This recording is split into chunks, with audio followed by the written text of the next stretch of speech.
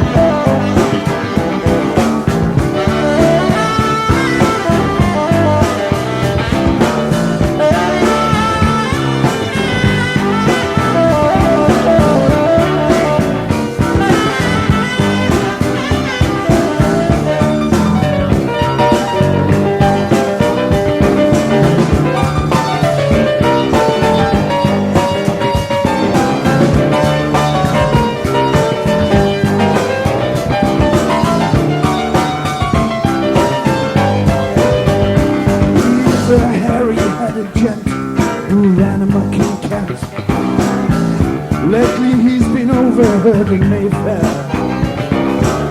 You better stay away from him. He'll rip your lungs out, Jim. Oh, but I'd like to read his tale.